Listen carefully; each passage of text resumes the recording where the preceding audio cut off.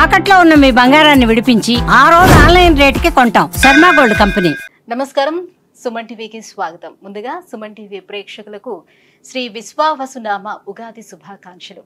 ఈ విశ్వావసునామ సంవత్సరం ద్వాదశ రాశుల వారికి ఎలా ఉండబోతుంది, ఏ రాశుల వారికి ఎటువంటి శుభ అశుభ ఫలితాలు ఇవ్వబోతున్నాయి, గ్రహ సంచారాలు ఎలా ఉన్నాయి, అలాగే ఎటువంటి పరిహారాలను పాటించుకోవాలి, ఈ విషయాన్ని తెలియజేసేందుకు మనతో పాటు ఉన్నారు ప్రముఖ జ్యోతిష్య రత్న జ్యోతిష చక్ర వైభవ నిపుణ డాక్టర్ రాల్పల్లి రవికుమార్ గారు.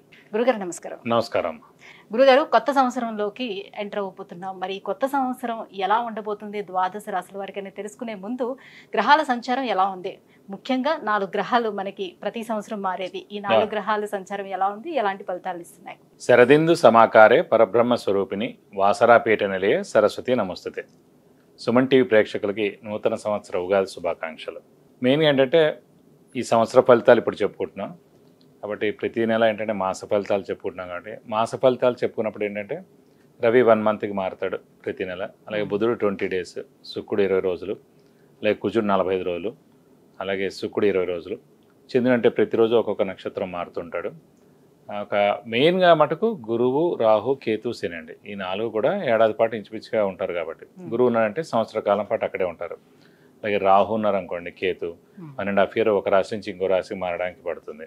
అలాగే శని ఉన్నారంటే 2.5 ఇయర్స్ మారుతారన్నమాట. కాబట్టి ముఖ్యంగా ఏంటంటే అందుకే ఈ సంవత్సర ఫలితాలు చెప్పుకున్నప్పుడు ఏంటంటే మెయిన్గా గురువు, రాహు, కేతు, శని యొక్క మార్పులు ఏంటనేవి తెలుసుకోవాలి. ముందుగా శని వచ్చేసి మనకి 30వ తారీఖు మార్చి నెల 2025 నుంచే మనకి కుంభరాశి నుంచి మీన రాశిలోకి ప్రవేశిస్తున్నాడు. అదే రోజు ఉగాది అయింది, అదే రోజు శని కూడా మారుతున్నారు. అలాగే రాహు, కేతులు వచ్చేసి మనకి 18 మే 2025. రాహు మారంటే కేతు కూడా మారుతాడండి. అందుకే చూడండి ఎప్పుడు కూడా జాతకంలో రాహు ఆపోజిట్ కేతు ఉంటారు. నవాంశలో తీసుకున్నా కూడా రాహు ఆపోజిట్ కేతు ఉంటారు. ఎవరైనా చేతితోటి వేసి ఇచ్చినప్పుడు మర్చిపోయి రాహుకి పక్కనే కేతు వేయడం, లేదంటే రాహుకి 3 గళ్ళు పక్కన కేతు వేయడం వేస్తూ ఉండొచ్చు తెలియక వాళ్ళకి. సో ఎప్పుడు అలా కాదండి, రాహు ఆపోజిటే కేతు ఉంటారు. ఇంకోటి ప్రతి గ్రహం కూడా క్లాక్ వైజ్ తిరుగుతుంది, ఒక్క రాహుకేతువులు మటుకు యాంటీ క్లాక్ వైజ్ తిరుగుతుందన్నమాట.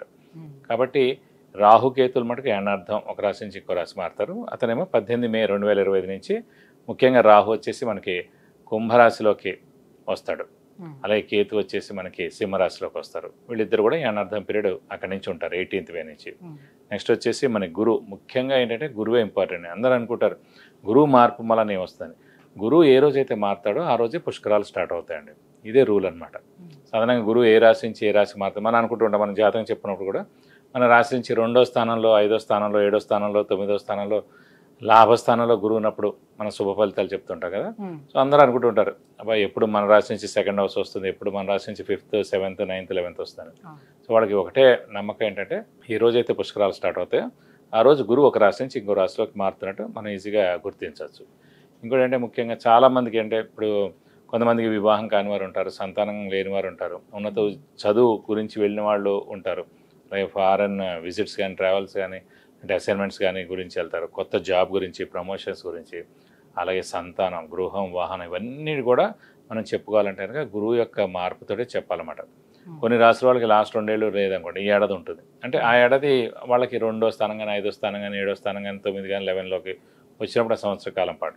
ఓవరాల్ గా అంటే ఈ 4 గ్రహాల మార్పుతోటి దేశవ్యాప్తంగా ఎటువంటి మార్పులు చోటు చేసుకునే అవకాశం ఉంటుంది? ఆర్థిక పరంగా కానివ్వండి, అంటే ఆర్థిక పరంగా ఇవన్నీ కూడా ఎక్సలెంట్గా ఉంటుంది. ఎందుకంటే బుధుడు మెయిన్ వ్యాపార కారకుడు ఎవరికైనా సరే.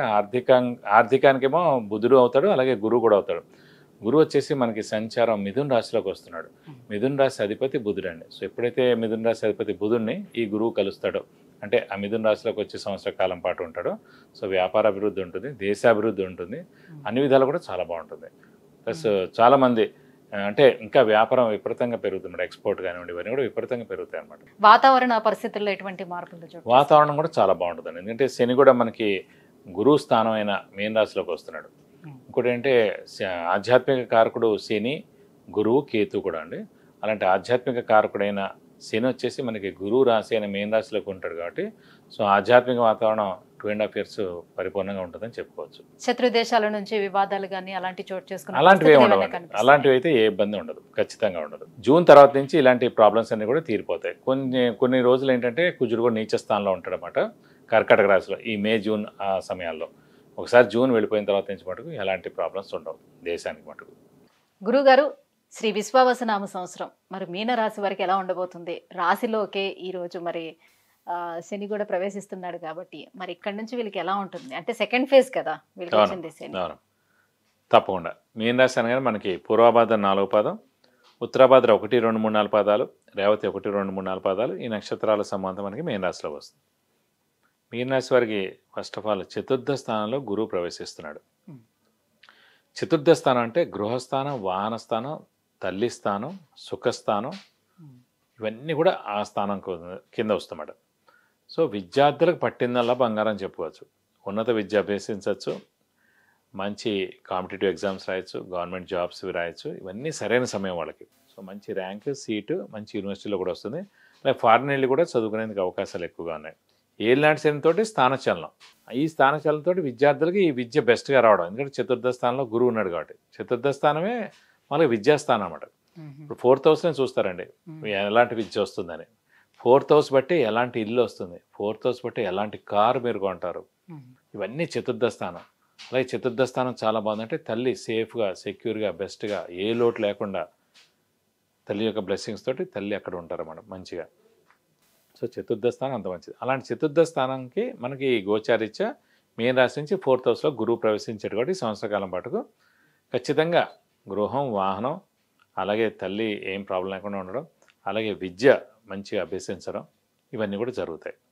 అలాగే మనకి మొన్నటిదాకా రాహు రాశిలో ఉండేవాడు, దేవుడి వల్ల ఇప్పుడు వ్యయ స్థానంలో రాహు వచ్చాడు, అది 100 6వ స్థానంలో కేతు, అది 100. సో గురువు 70% బాగున్నారు, రాహుకేతులు 100% బాగున్నారండి. ఇంకా ఏళ్ళు నడిచాను అంటారా, ఇప్పుడు రాశిలోకే శని ప్రవేశించాడు కాబట్టి కొంచెం మిశ్రమ ఫలితాలు ఇస్తాడు. మన 2.5 సంవత్సరాలు అయిపోయింది. సో ఆ 2.5 సంవత్సరాలు ఎవరికైతే హెల్ప్ చేయలేదో ఈ 2.5 సంవత్సరాలు హెల్ప్ చేయొచ్చు. ఈ 2.5 ఏళ్ళు కూడా చేయని వాళ్ళకి లాస్ట్ ఫేజ్లో చేస్తారు. ఏదో ఒక 2.5 years మటుకు ఖచ్చితంగా ఫేజ్లో హెల్ప్ చేస్తారు మనం. సో ఇప్పుడైతే ప్రస్తుతం గురువు కూడా బాగున్నాడు కాబట్టి ఈ ఏడాది ఖచ్చితంగా ఏలినాటి శని ఇంపాక్ట్ తక్కువగానే ఉంటుందని చెప్పుకోవచ్చు. గురుగారు మరి ఆరోగ్య పరిస్థితి ఎలా ఉంటుంది వీళ్ళకి? ఆరోగ్యపరంగా కూడా బాగానే ఉంటుందండి. అంటే రాశిలో శని ప్రవేశించిన కూడా గురువు యొక్క దృష్టి రాహు మీద ఉండడం, గురువు చతుర్థ స్థానంలో ఉండడం చేత ఆరోగ్యం తప్పకుండా బాగుంటుందనే చెప్పుకోవాలి. నూతన గృహ నిర్మాణాలు చేపట్టే అవకాశం ఖచ్చితంగా ఇందాక కూడా చెప్పున, ఎప్పుడైతే మన రాశి నుంచి చతుర్థ స్థానంలో కానీ భాగ్యస్థానంలో కానీ గురువు ప్రవేశించినప్పుడు సంవత్సర కాలం పాటు అక్కడ ఉంటాడు కాబట్టి ఆ సమయంలో ఖచ్చితంగా ఇల్లు కానీ స్థలం కానీ కొనేందుకు అవకాశాలు ఎక్కువగా ఉన్నాయి. ఇప్పుడు చతుర్థ స్థానంలోకి గురువు ప్రవేశిస్తున్నాడు మీన రాశి వారికి కాబట్టి మే 15వ తారీఖు నుంచి నెక్స్ట్ ఏడాది మే దాకా ఖచ్చితంగా గృహం కొనేందుకు అవకాశాలు 100% ఉన్నాయి. మరి ఉద్యోగస్తులకి, వ్యాపారస్తులకి వీళ్ళకి ఎలా ఉంటుంది? ఉద్యోగస్తులకి ఏంటంటే మిశ్రమ ఫలితాలను చెప్పుకోవచ్చు. ఎందుకంటే స్థానచలనం ఉంటుంది కాబట్టి ఏలినాటి శనితోటి మిశ్రమ ఫలితాలు. అలాగే ఉద్యోగ మార్పు కానీ, ట్రాన్స్ఫర్ కానీ, వేరే ఊరికి వెళ్ళడం కానీ, సో ఇవన్నీ జరిగేందుకు అవకాశం ఉన్నాయి. అలాగే వ్యాపారస్తులు కూడా మిశ్రమం అని చెప్పుకోవచ్చు. ఎందుకంటే గురువు పంచమంలో ఉన్న చాలా మంచిది. అంటే గురువు బలం ప్రస్తుతం అంత లేదు, విద్యార్థులకు ఉన్నంత లేదు గురుబలం. వ్యాపారస్తులకు బాగుండాలంటే 2, 5, 7, 9 లెవెల్లో ఉంటేనే అది గురుబలం, దైవబలం బాగా ఉన్నట్టు మాట. కాబట్టి వ్యాపారస్తులు కూడా మిశ్రమంగా ఉందని చెప్పుకోవాలి. అంటే కొత్త ఉద్యోగ ప్రయత్నాలు చేసేవాళ్ళు అసలు చెయ్యొచ్చా, లేదు అంటే కొత్త వ్యాపార ప్రయత్నాలు ఏమైనా చేసేవాళ్ళు అసలు చెయ్యొచ్చా, వాటి జోలికి వెళ్ళొచ్చా? కొత్త వ్యాపారం మటుకు చేయకుండా ఉండడం ఉత్తమం అండి. అలా ఎక్స్పాన్షన్ కూడా వెళ్ళకపోవడం ఉత్తమం. ఉన్నది ఏముందో అది ప్రస్తుతం నడిపిస్తే చాలు. ఎందుకంటే అప్పులు వాళ్ళ బెడద తప్పదు, కొత్త అప్పులు చేయాల్సి ఉంటుంది. అలాగే షూరిటీస్ పెట్టకండి, స్పెక్యులేషన్ జోలికి వెళ్ళకండి. అలాగే ఉద్యోగస్తులు కూడా కొత్త ఉద్యోగస్తులు అయితే కనుక జాయిన్ అవ్వచ్చు, ఏం ప్రాబ్లం లేదు, అంత కష్టం ఉండదు. ఉన్న ఉద్యోగుల మటుకు మార్పు మటుకు ఖచ్చితంగా ఎలాగో వెళ్ళినట్టు సరే కాబట్టి స్థానచలనం ఉంటుంది కాబట్టి వాళ్ళకి సెక్షన్ మార్పు కానీ, ట్రాన్స్ఫర్ అవడం కానీ, అంటే కొత్త ఉద్యోగం కానీ మారేందుకు కూడా అవకాశాలు ఎక్కువగా ఉన్నాయి. సో మీరు చెప్పేదాని ప్రకారం చూసుకున్నట్లయితే గురువు, రాహు, కేతుల సపోర్ట్లు అయితే బాగానే ఉన్నాయి. పర్వాలేదు. ఎటొచ్చి ఇక శని అనుగ్రహం కోసం అసలు ఏం చేయాలి, ఎటువంటి పరిహారాన్ని పాటించాలి? శని ఎఫెక్ట్ కోసం ఇందాక కూడా చెప్పుకున్నాడు, ప్రతి శనివారం ఫిక్స్డ్గా ఉపవాసం ఉండడం, అలాగే ఒక శనివారం రోజు రక్తదానం చేయడం. ఎందుకు రక్తదానం అన్నిసార్లు అంటున్నా అంటే అండి, మామూలుగా ఈ ఏలినాటి శని నడుస్తున్నప్పుడు చిన్న చిన్న అనారోగ్యాలు రావడం సహజం. చిన్న చిన్న దెబ్బలు తగలడం, చిన్న చిన్న యాక్సిడెంట్స్ జరగడం ఇలాంటి జరుగుతుంటాయి. అలా జరిగినప్పుడు మనకి టెస్టులు చేయడం ద్వారా మన బ్లడ్ అంతా వాళ్ళు తీసేస్తారు. వాళ్ళు తీసే లోపలనే మనమే రక్తదానం చేస్తే శనివారం రోజున శనికి ఇస్తున్నట్టుగా మనం ఫీల్ ఇస్తే అది ఎవరెవరికి ఉపయోగపడుతుంది. కాబట్టి ఆల్రెడీ ఎవరో యాక్సిడెంట్ కేసులో రక్తం కావాలి, మన బ్లడ్ ఎక్కిచ్చారు. ఎవరికో సర్జరీ అవుతుంది, మన బ్లడ్ ఎక్కిచ్చారు. ఎవరికో బ్లడ్ చాలా లోపంగా ఉంది, అది ఎక్కిచ్చారు. సో వాళ్ళు వాళ్ళ ఫ్యామిలీ మెంబర్స్ బ్లెస్ చేస్తారు. అమ్మాయి చాలా థ్యాంక్స్, దేవుడి దయలో మా ఆయన బయటకు వచ్చారు, మా ఆయన గట్టెక్కారు. ఆ బ్లెస్సింగ్స్ మనకు రాగానే మనకి ఏ యాక్సిడెంట్ జరగకుండా ఉంటుంది, మనకి ఏ అనారోగ్యం జరగకుండా ఉంటుంది, మనకి దెబ్బలు తగలకుండా ఉంటుంది, మనకి ఏ సర్జరీలు జరగకుండా ఉంటుంది. అటు చిన్న రక్తదానం చేయడం ద్వారా అటు మన ఆరోగ్యం బాగుపడుతుంది, అవతల వాళ్ళ ఆరోగ్యాన్ని కూడా మనం బాగుపరిచినట్టు ఉంటుంది. విద్య, ఉద్యోగం, వివాహం, విదేశీయానం, ఆరోగ్యం, అలాగే ఐశ్వర్యం, వీటన్నిటి గురించి తెలుసుకోవాలంటే కింద స్క్రోల్ అవుతున్నటువంటి నెంబర్లకి కాల్ చేసి గురువుగారు అపాయింట్మెంట్ పొందవచ్చు. గురుగారు, శ్రీ విశ్వావసునామ సంవత్సరం మీనరాశి వారికి ఎలా ఉండబోతుంది, ఎలాంటి పరిహారాలను పాటించుకుంటే ఇంకా బాగుంటుంది వీళ్ళకి, ఈ విషయాలన్నీ కూడా తెలియజేసినందుకు ధన్యవాదాలు. నమస్కారం.